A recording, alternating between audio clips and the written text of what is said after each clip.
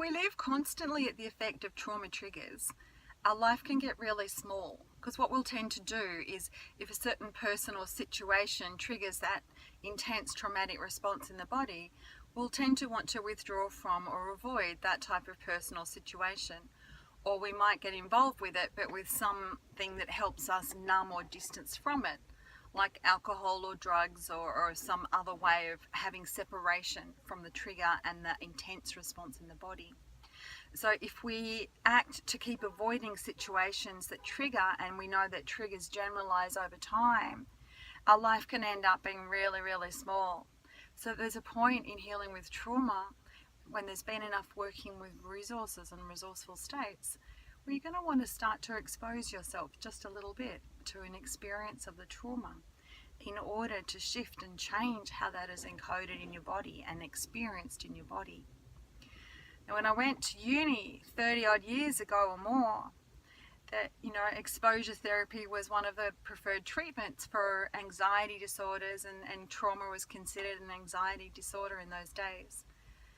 That I like to work with what I call resourced exposure.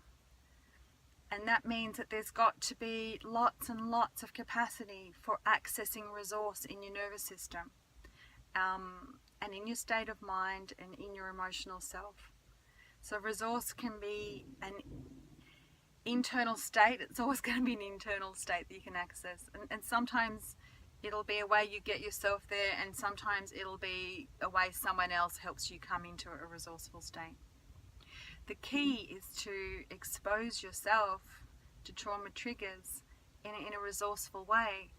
So lots of support, lots of grounding, lots of making sure that your conscious mind stays online, that your observing self is intact.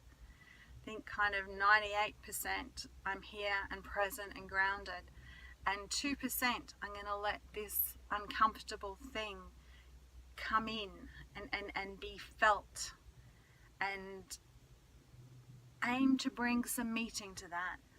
Let it be here, and ideally let it be met in some way that wasn't possible when the trauma trigger got trained in.